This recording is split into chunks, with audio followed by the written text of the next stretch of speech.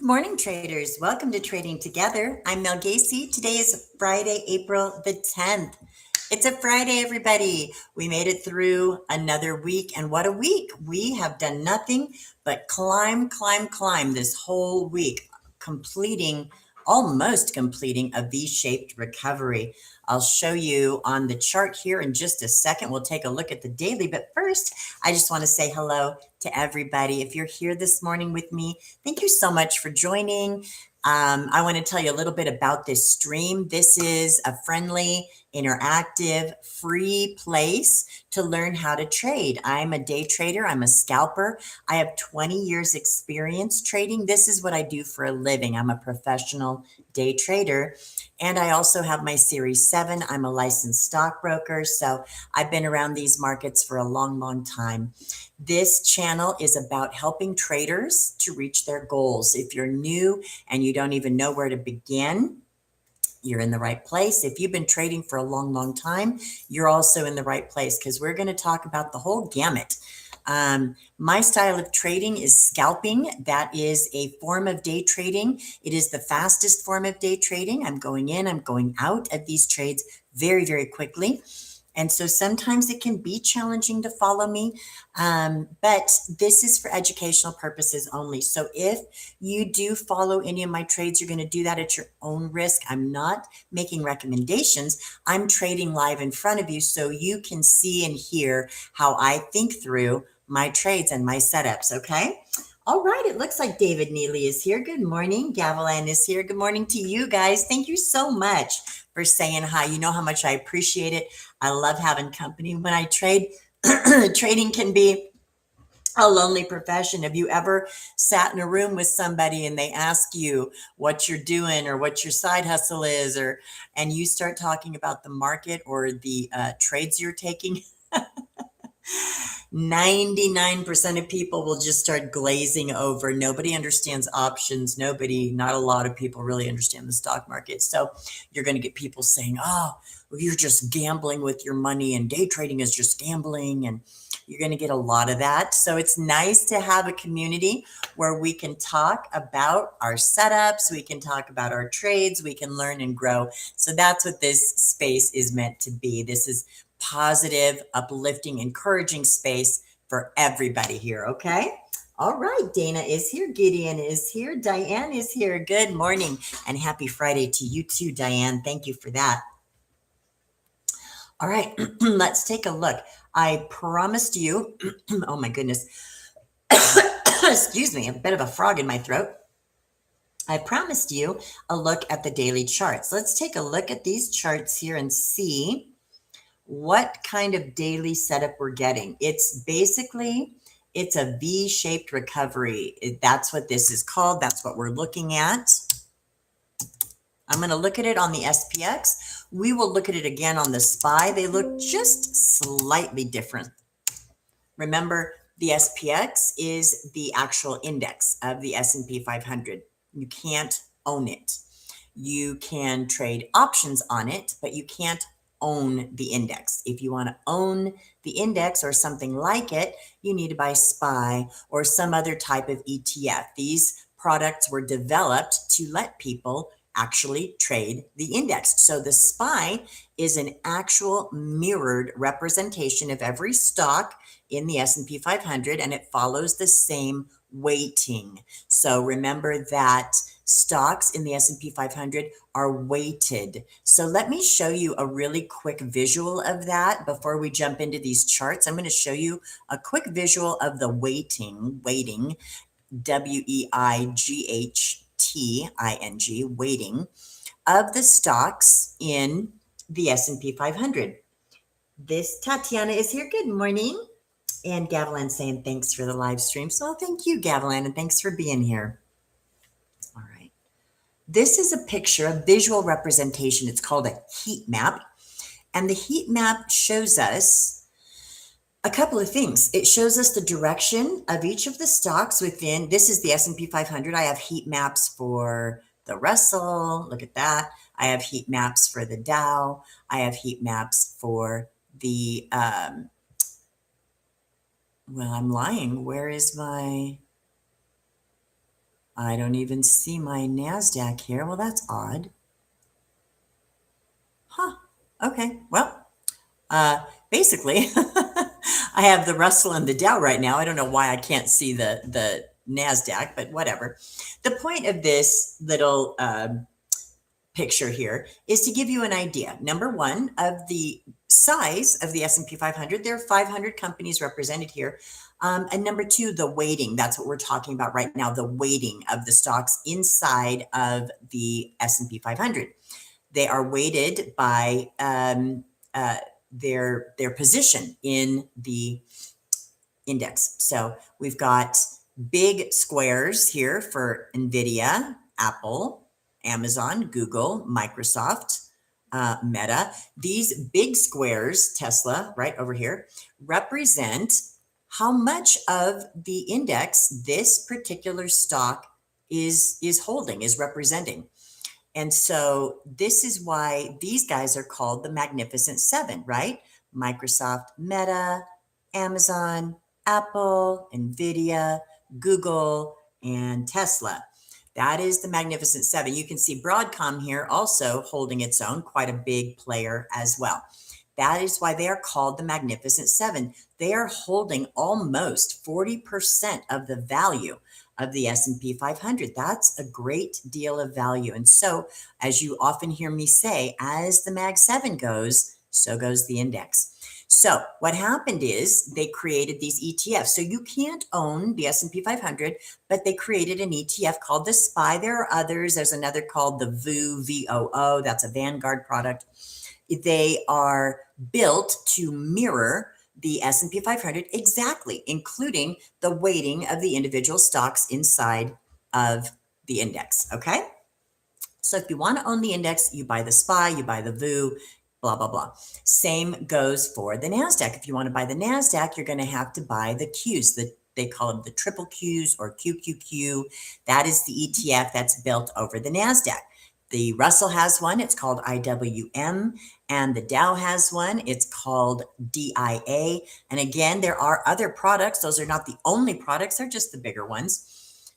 So when we take a look at the index, so this is SPX, the actual index, this is the SPY.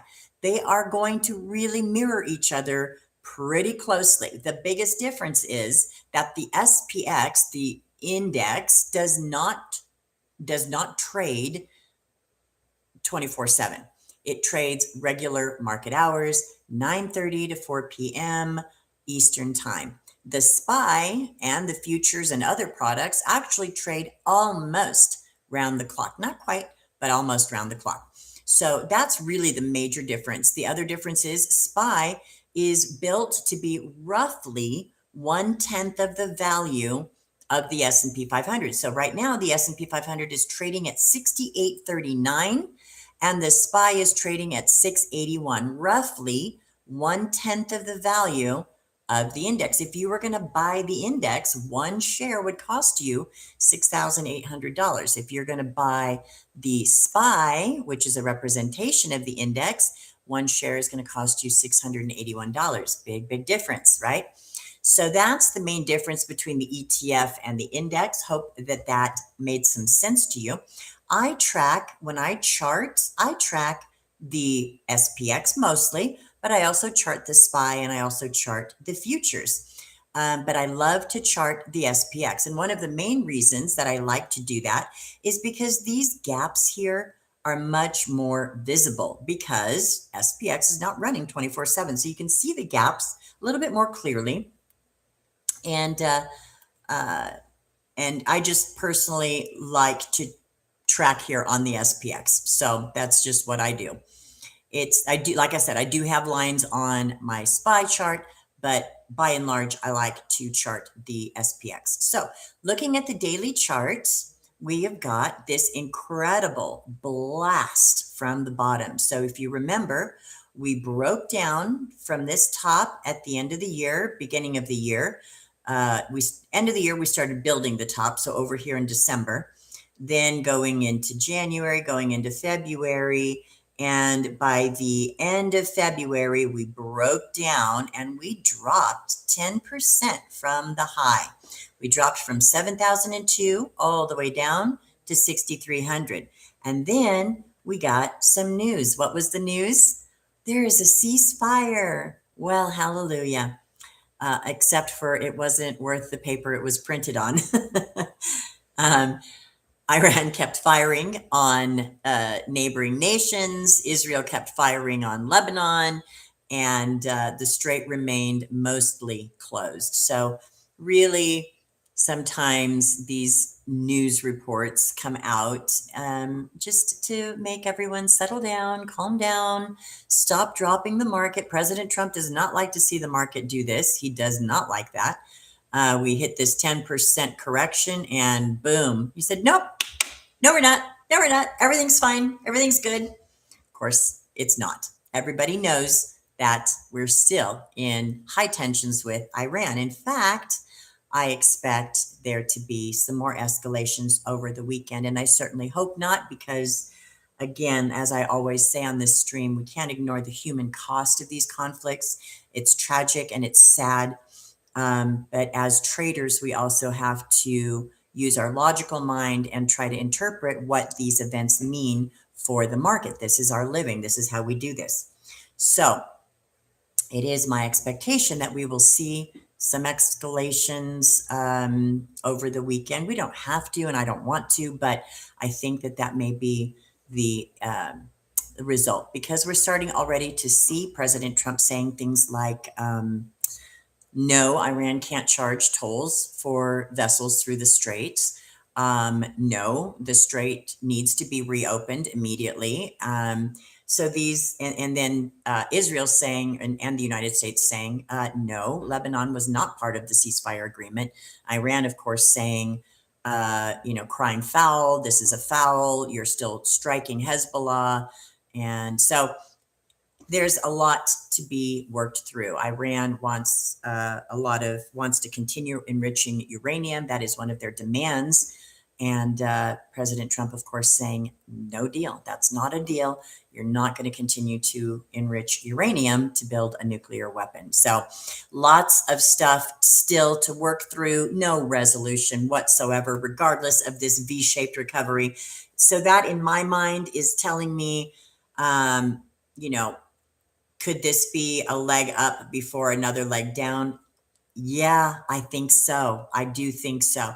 If we were to get some kind of a real ceasefire, some kind of real resolution, then it would be different. But as of right now, I'm just kind of questioning, even though this was super strong, beautiful bounce, beautiful V shape here. We love it. That's great. Everybody's 401ks are happy. That's wonderful. But is this truly a recovery? Well, we'll see. We'll see if we come back down, make another leg down, or if we continue on up. So the beauty of being a day trader is we are able to pivot. We're light on our feet. We trade what the market gives us. I often say we trade like water. Water takes the path of least resistance, right? That is what we do as scalpers and day traders. We are pivoting. We're taking the path of least resistance. We're trading what the markets give us on a daily basis. All right. So big soapbox here. And I'm just rambling right now because we really don't have any trade right now. We've got a sideways movement here.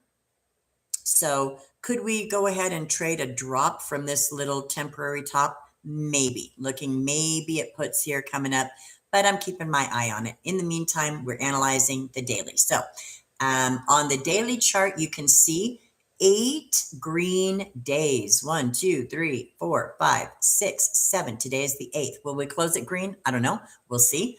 It's a tiny doji. It's not going too far up. It's not coming too far down. It's just making a tiny little doji right here at the top, looking like a little bit of a symbol of indecision, or perhaps a symbol of even reversal. Depending on how this candle closes today, we will watch that. I may consider puts over the weekend, but we'll see. We'll see how that goes. We'll watch the close today. So as far as the rest of today goes, it's my anticipation that we will probably The bulls need to kind of hold on to this little high top. Now, what's the other thing we notice here? I changed the color of this line several weeks ago. This line, this support resistance line sitting at 6850 SPX has been a major traffic stop. It's been, look at it. It's just been the major point of trade going all the way back over here, really to October. We just come over and under this 6850. It's been a huge traffic area. So I had turned this line yellow a long time ago in order to just differentiate it a little bit from these other lines that I have on my chart, which are also support and resistance. And where are we sitting right now? Just under this 6850 level. Now, bulls are going to want to hold on to this beautiful gain. What a great week for the bulls. Huge, beautiful green weekly candle. And if they close it right up here at the top, well, they're full, they're happy. That was a beautiful run for them. All they have to do at this point is just hold on to their gains. That's all they got to do. And I think that's what we do today. I don't think we go too far down or too far up. I think we kind of pull mostly sideways throughout the day, but we can still trade. If the move gets big enough, we can still trade to the up or the downside. And that's what I'll be looking to do. The other thing that we need, good morning, BD. Good to see you. Andrew is here. Good morning. Hatman is here. And Freaky, good morning. Thank you guys so much for joining. Just talking and analyzing the market right now, as we don't really have a trade at this moment. I would start to maybe consider some puts in here. Let me zoom out just a little bit. Our VIX is sitting at 1910. It's a little bit depressed. And look at this top here. We hit it once, we hit it twice, almost hit it the third time, and we rejected both times before. Let's see if this is a rejection here, or they're going to turn and push up through it. So if we get a pull down, if we get the MACD to roll over, if we start seeing some downward movement, I would consider puts, and I would be looking at the 682s. I would look at the 682s right now at this moment. But right now we don't have signals for a downward movement. So the other thing that's going on in the big macro picture is we just had CPI today. We had PCE yesterday. These are both measures of basically consumer price, personal consumption, for the PCE. CPI is the consumer price index. That's the big one that the Fed likes to watch to determine what is inflation doing. Well, it came in hot today. It was not looking good. It was up 0.9 over 0.3. I believe that was the month over month non-core. So the core CPI likes to strip out food and energy. Well, I think that core is nonsense, because food and energy usually make up the bulk, besides shelter, of what consumers pay, right? The things that consumers pay and have to pay. So the non-core, the standard CPI, came in at 0.9 over 0.3. So pretty big run up there on CPI. Now, this is a problem for the Feds, big problem for the Feds, because as we've talked about, they have one tool really in their tool belt. So they have a dual mandate, and we're talking about the Federal Open Market Committee. They're not really federal. They're not a bank. They're sort of standalone group of people who tries to run the interest rate and the economy. They try to keep it. They try to keep a handle on it. And their dual mandate is to maintain maximum employment and to keep prices stable. Well, right now, labor sucks and so do prices. So the problem with this dual mandate is that these goals are in tension, because their one tool is interest rates. These are not the interest rates that your bank charges you or your mortgage rates. These are the interest rates that banks charge each other. That's called the federal funds rate. This is the rate that runs basically the economy, because then, yes, it does trickle down into the economy. When the rates go up or down, these federal fund rates, they do trickle back out into the economy, but it takes time. So the federal funds rate is the tool that the feds have to try to control the economy. So when prices are moving up, as in inflation, the Fed doesn't want to reduce interest rates, because all that does is create more inflation, higher prices. Things are cheaper, or dollar is cheaper, but prices continue to rise. Employment, on the other hand, we can sometimes see lower interest rates spurring employment. We would see like some companies benefiting from that financially, which might spur employment. It's questionable as to how much it does. But the market loves free money. And so whenever the Fed lowers rates, the market cheers. They love it, right? Because that free money finds its way to the pockets of the wealthy and the investors, and they put it into the market, and the market goes up, regardless of what the economy does, right? So as the feds try to grapple with this really high inflation, and now labor starting to get out of control, we're maybe not looking at just recession. We could be looking at stagflation, where we've got out of control inflation and bad labor or bad employment data or bad employment situation. So what happens with the CPI is that is a number the feds look at. Well, that CPI was hot today. What that means, in all of this summarized, all boiled down, when the CPI comes in hot like that, that means inflation is rising. We know that. The consumer, we know that. We know how much we're paying for a pound of coffee, right? We know how much we're paying for our mortgages and our car payments. But when the CPI comes in hot like that, the feds are not really going to be able to go out there and reduce rates without incurring more inflation. And so the market doesn't like that. In a nutshell, that's the summary of everything I'm saying right here. The market doesn't like hot inflation, not only because it is bad for the economy, but also because it's just we're not going to get a rate cut.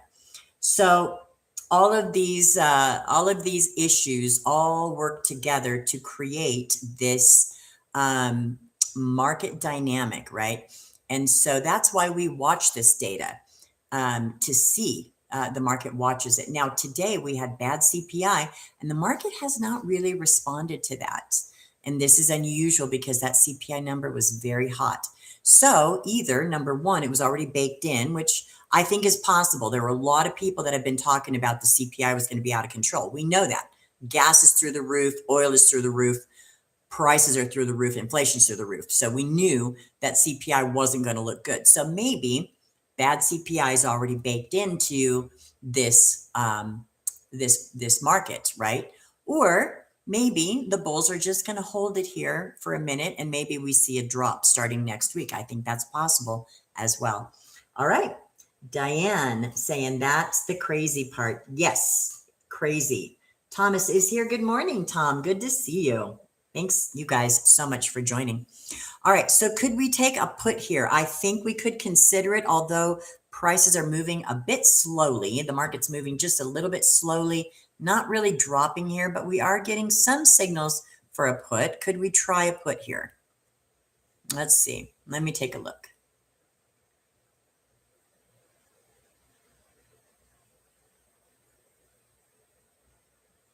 It's not giving us a strong move at the moment. Low volume for sure. Let me switch over to my let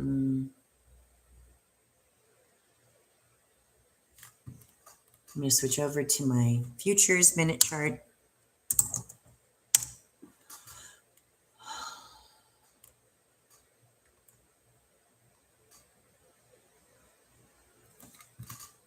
Sitting right on the high of day for the ES. That was yesterday's high of day.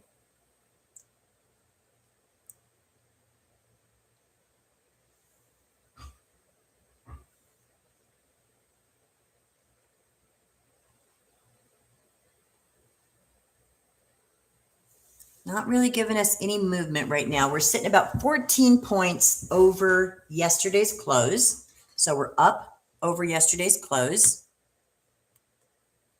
We've got the mags looking pretty good today. So that whole Magnificent Seven okay, there we go. Now we're moving a little bit.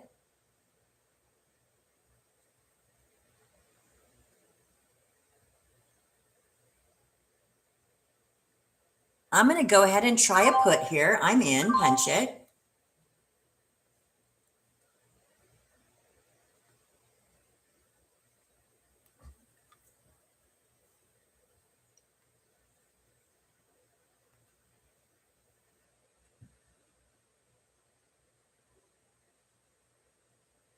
All right, I'm going to get out here at this high of day test. I'm out, punch it. That is about 9.6%, almost 10%. I'm not recommending these trades. I'm showing you how I do it. If you followed, you made 9 or 10%, but you do that at your own risk, okay? So if you did, let me know.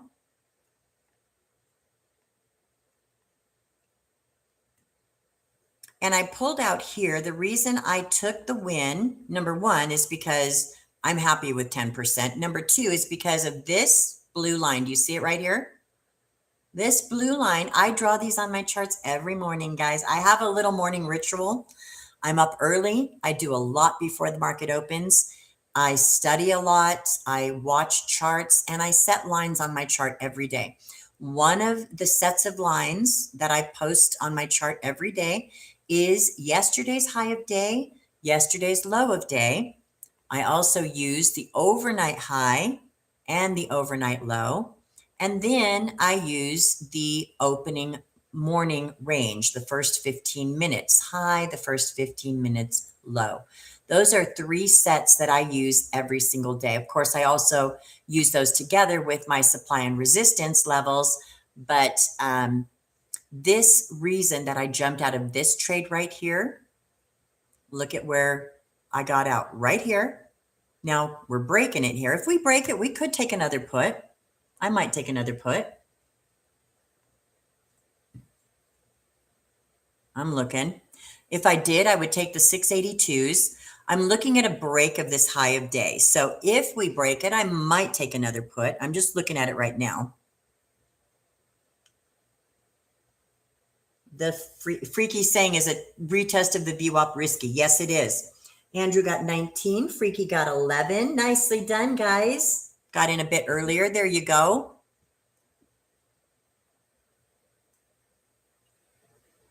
And you are exactly right, Freaky. Not only are we testing the high of day, we are testing the VWAP. Can it be risky? Yes, it can, because we've bounced off the VWAP so far this morning. We have not. We came down below it this morning, came up over it, under it, over it. So we failed to break it here, right in through this time frame. So right now, are we coming down through it? Let's see. If we break through it, I might consider another trade, another put trade. I'd still be looking at 682 puts at this time.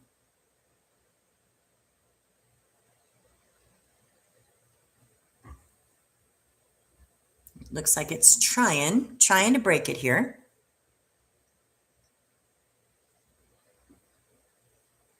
And I'm not going to take it just yet. I'm really going to watch kind of what it did over here and see if we don't get a repeat of that. But you know what? We just made 10% on that move. And so I feel no FOMO, guys. I do not FOMO on a move that goes on without me. A lot of people FOMO about that. A lot of people will say, oh, I could have had more. I left money on the table. A lot of people get bent out of shape about that. But I'm telling you guys, that kind of emotional trading will hurt you in the long run. Be happy with trading your plan. Make your plan, trade your plan. I made 10% on that move. I'm good. Could I have made 30 based on this? Yeah.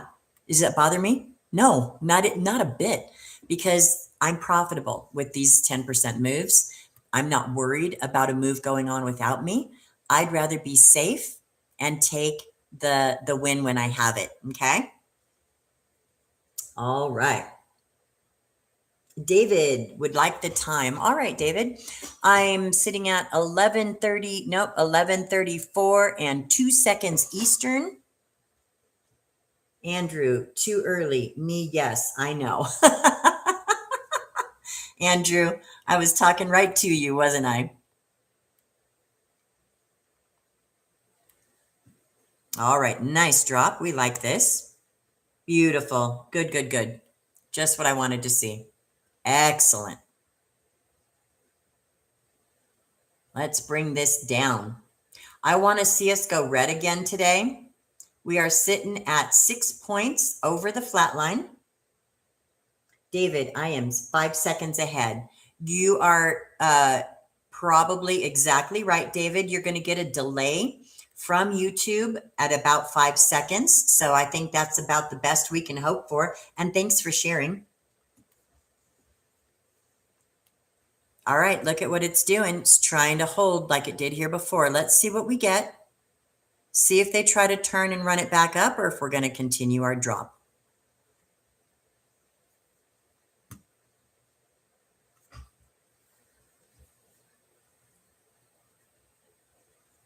Trying to hold here. Look at what it's doing. Very similar to this behavior here.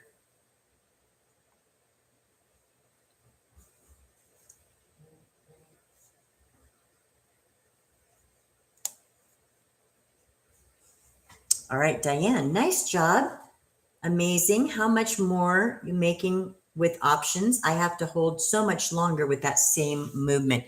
Yes, Diane, that is, you bring up an excellent, excellent point. I actually didn't know you were trading stock, but options, you are leveraging your money.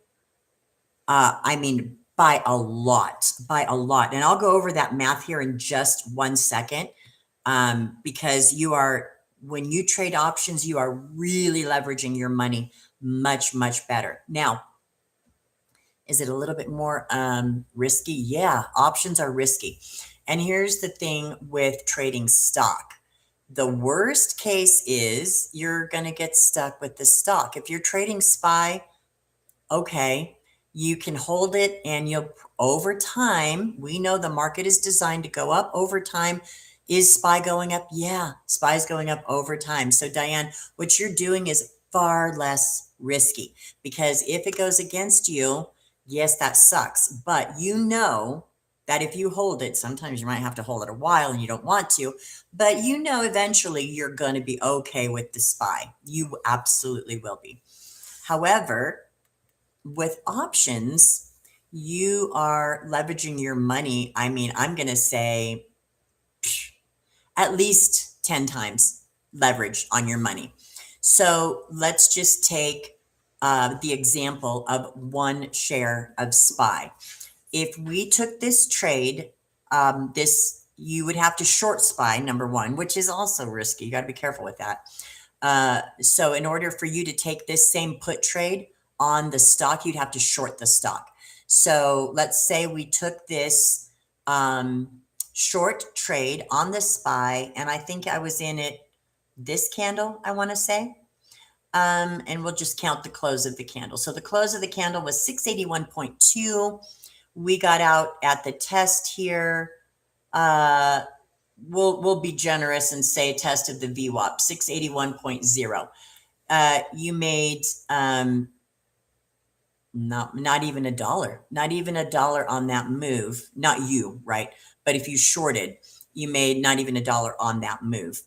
The options move. So at this point, we bought the option for, I don't know, let's just use round numbers. We bought the option for $2.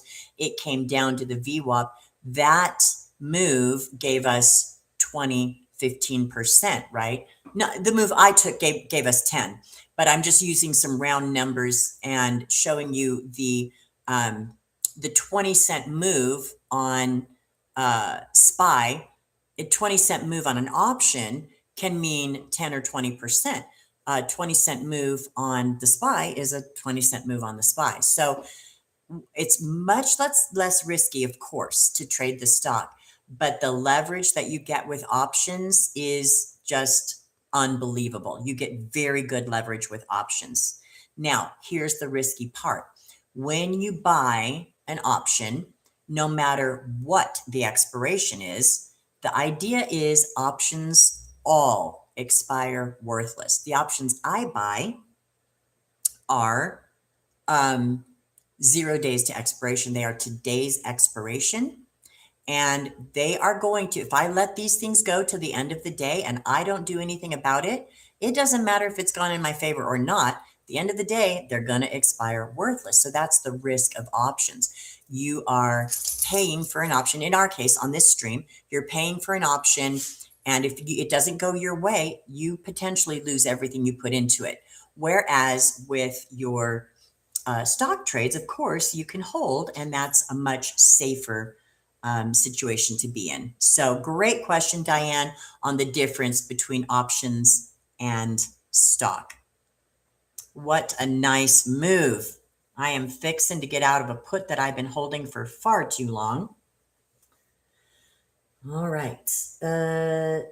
Freaky, another 5% bailed after the RSI crossover. Beautiful job, Freaky. Congrats to you. Diane, taking notes. Thanks, Diane.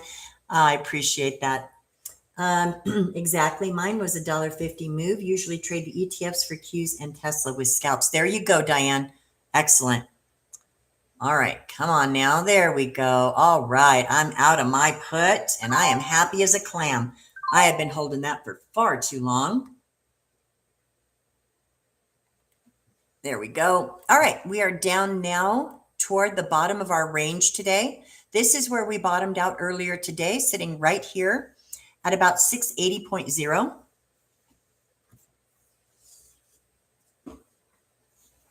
Nice drop here. We are back to the flat line going red. If we break this bottom, do we consider a put? Maybe, but we'd have to be careful because the move has gone on for a while. So I don't like to get in at the end of a move. I usually like to get in at the beginning of the move, but I didn't take this one. Well, we did take it. We got 10%. We just didn't hold it, which again, I'm okay with. All right, Freaky, bottom range of the VWAP likes to hold. Yes, it does. Yes, it does, Freaky.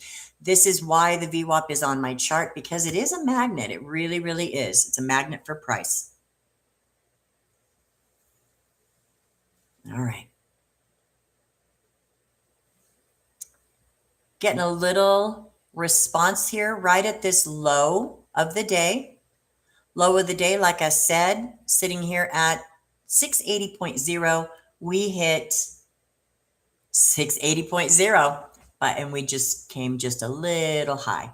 But also take a look at our VIX, giving us a little climb here. Still under 20.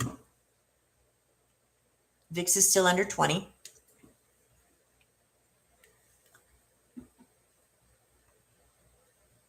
Look at that double top. Do you guys see it? And what did I just point out? Do you remember? Right before this move, what did I say we were getting? A triple top, right? I said we tagged this line and reversed. We tagged this line and reversed. And we came up here. At this point, I think we were still here. And I said we may be reversing here. And sure enough, this is a classic triple top right there. Nice move down. We capitalized on that for 10%.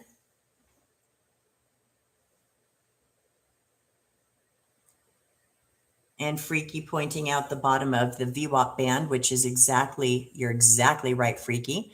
We are at the bottom. This is what we would call the second standard deviation on the VWAP. So the VWAP is the thick white line. Above, we have 2 standard deviations above, 2 standard deviations below.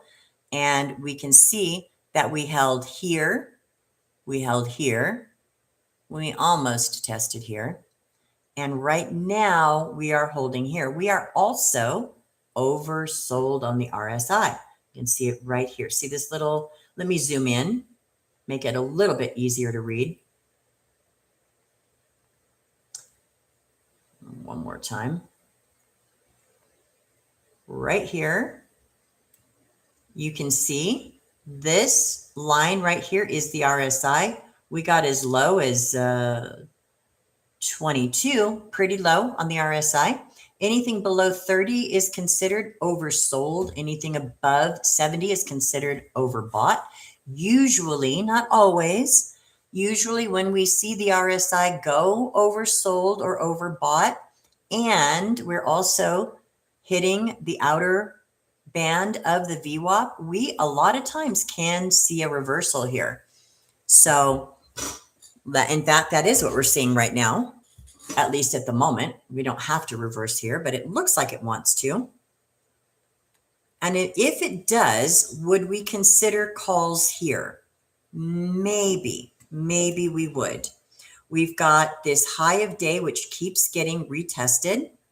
And if we did consider calls, I would be looking at the 680s. I've got a 680 call that I'm looking at right now. Do we want to trade that after this strong drop down? Let's see. Let's see what we get. We don't have a MACD rolling over yet. We are under the VWAP. So I'm going to give this a minute. Andrew, I'm in 680. Are you in calls, Andrew? Because we don't have a turn on the MACD yet. We don't have a turn on the moving averages yet. But good luck. If you're in calls, I hope it works. We could bounce here.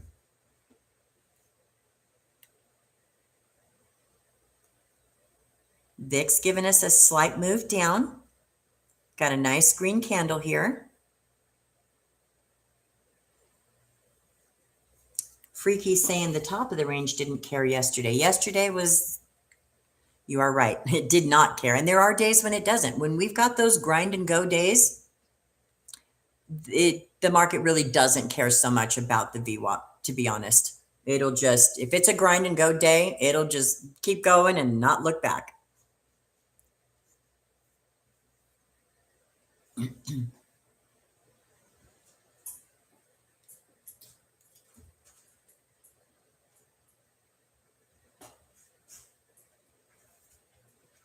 All right, I'm just watching this price action here. I'm not in anything. I would consider calls here. Let's see what we do here. I would wait for a MACD cross. I want to see it hold this bottom and push. We're still sitting at this bottom that we made earlier this morning. I want to see that bottom hold and push up. Otherwise, we could possibly get another leg down. We're sitting just about 4 points over yesterday's close. So really just flat. And this is kind of what I've been saying. My expectation for today is really overall sideways. If I would make any guess, it would be downward, but my stronger guess is we will close somewhere at the top of that little doji candle that we looked at on the daily. I think that's kind of where we're going to close, right here in this range, 68.50 roughly on the SPX. I think that's roughly right. These ranges, these zones on the SPX, you know, they've got a plus or a minus. They're zones. They're not. Sometimes they hit them to the tick, but other times they're just zones. They're areas of supply and demand. All right.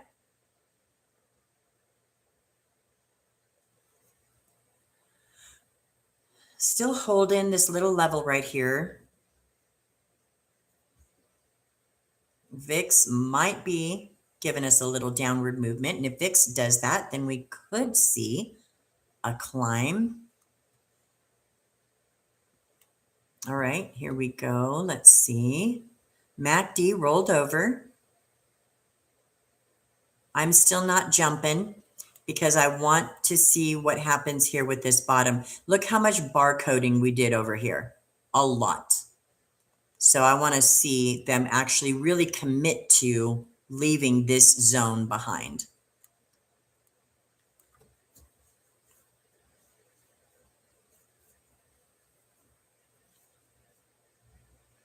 There's a move back down.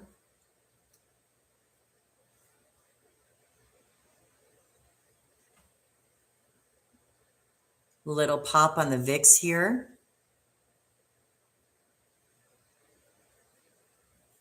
If we get a reversal on the MACD to the downside, I might consider a put here, but it really needs to break this low, really needs to break this previous low.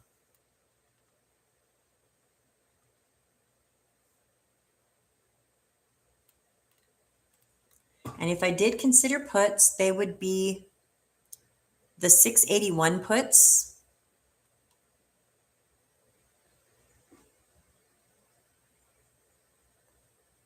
Those do have a little bit more volume, a little bit heavier volume this morning on the put side than on the call side, not by a lot, but puts outpacing calls definitely on the 680 and the 681 strike, definitely outpacing calls.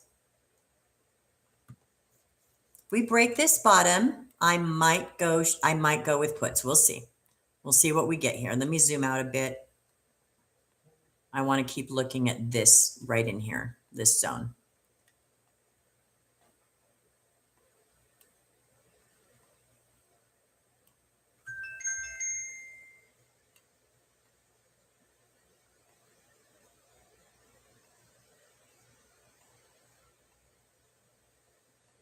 Holding so far.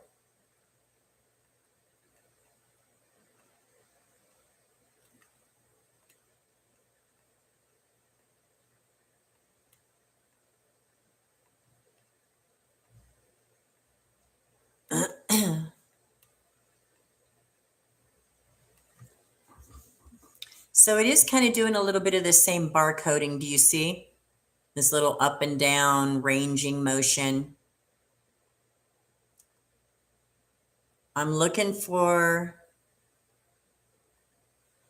maybe a break here, maybe a break here. Let's see, because this is our low of day. We're just, right now, we're testing that. We're testing low of day right now.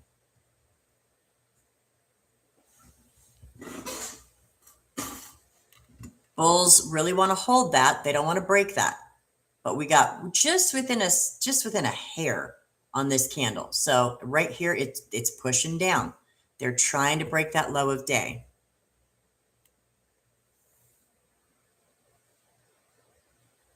And this candle actually might have just done it. 0.8, 0.3. Nope, not quite. It's about to right now. Any second now.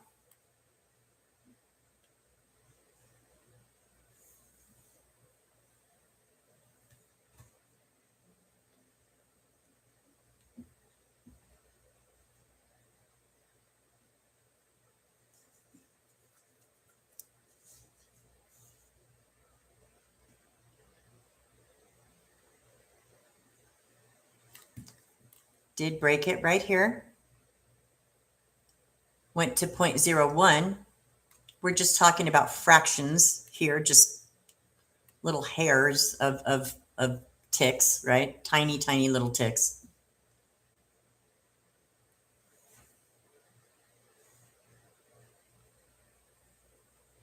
We are negative just a little bit, about 1 point below yesterday's close.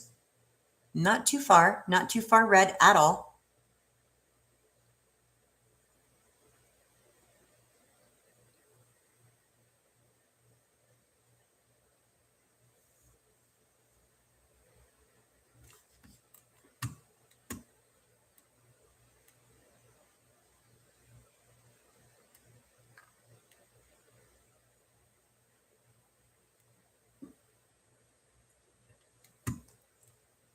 I'm going to try a really quick put here. This is educational only. You follow at your own risk. I'm not planning to stay very long on this because we're really pushing a bottom here. So it's a little bit riskier type of trade. We've been in this for a minute. So I'm not looking for anything big. In fact, I'll jump out pretty quickly if I don't get a win.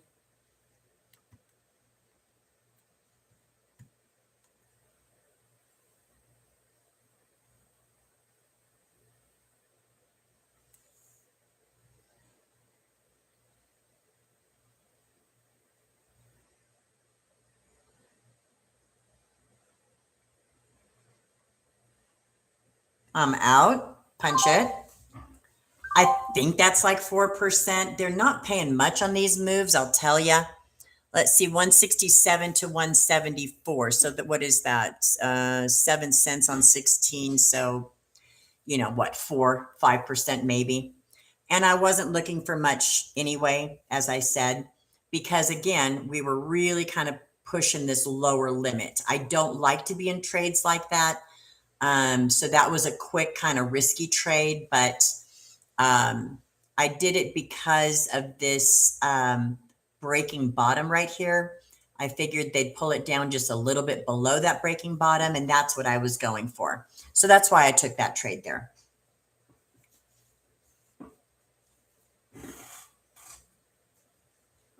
We are down 2 points. Gideon got 4. Nice, nice, Gideon. VIX giving us a wee bit of a push here, sitting at 19.7. I think we'll see the VIX. We might see the VIX close up over 20 today. That would be something to be aware of. All right, another little red candle here. There it goes.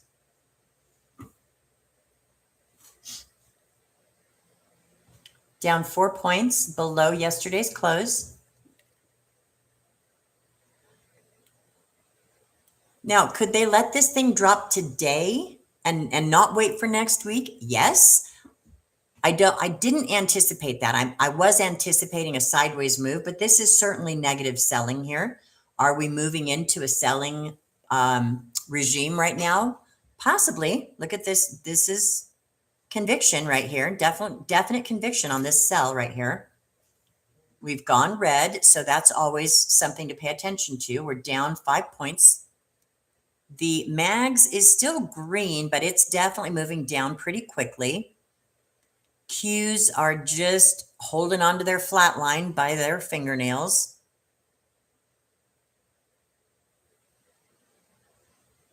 Tesla down. Nobody down super hard, honestly. But look at, we're definitely dropping. So wants to keep going. And it's not actually going super far, even though this looks a bit extreme. We're only down 6 points from yesterday's close. It's not much. It looks extreme, and there is selling. This is selling pressure, but it's not selling hard. We do see the selling volume picking up a bit here. And as I did say earlier, those puts were outpacing the calls on the volume option chart.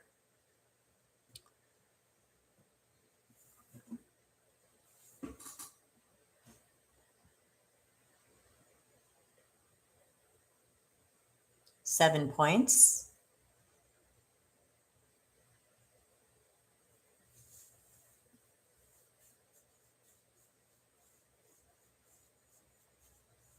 And this is exactly why I watched this bottom, guys.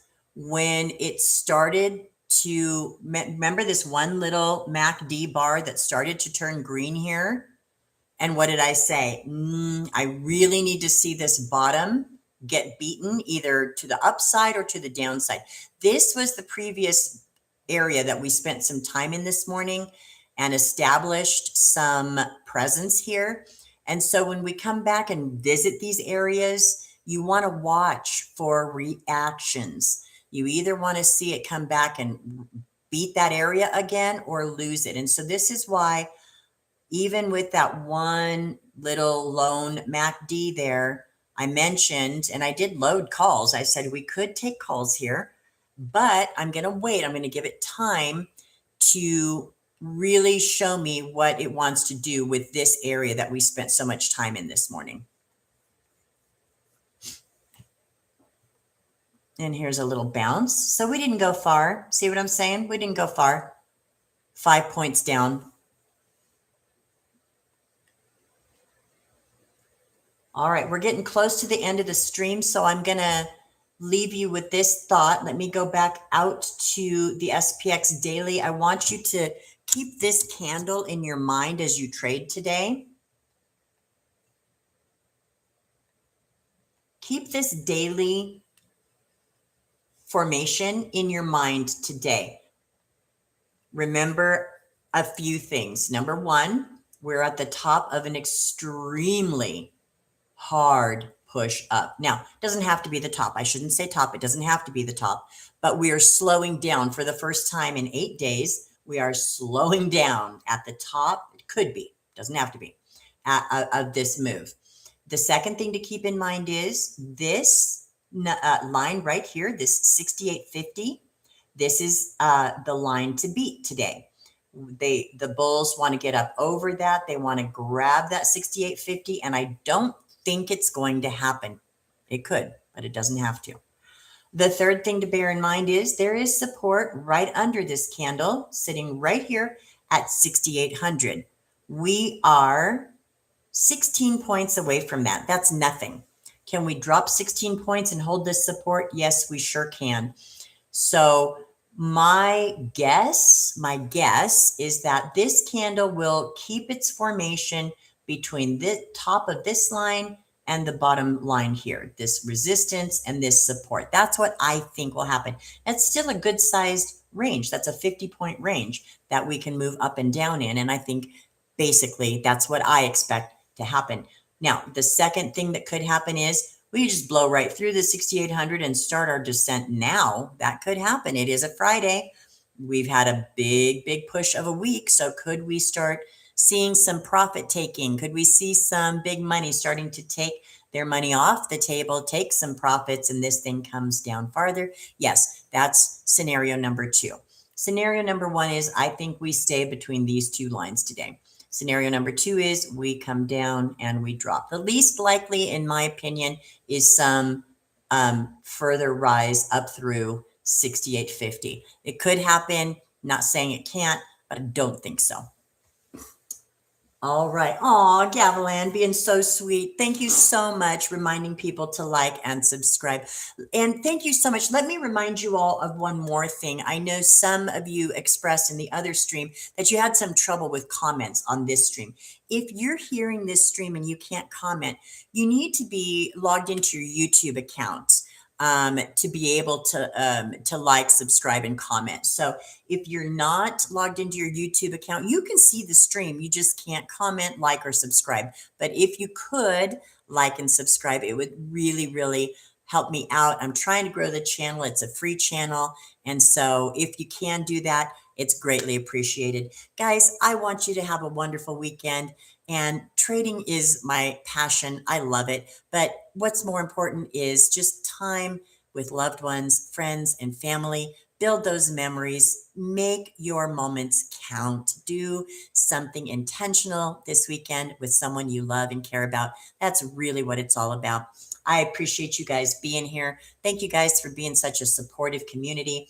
We will be back again on Monday at 11 a.m. Eastern. Thank you so much, and bye for now.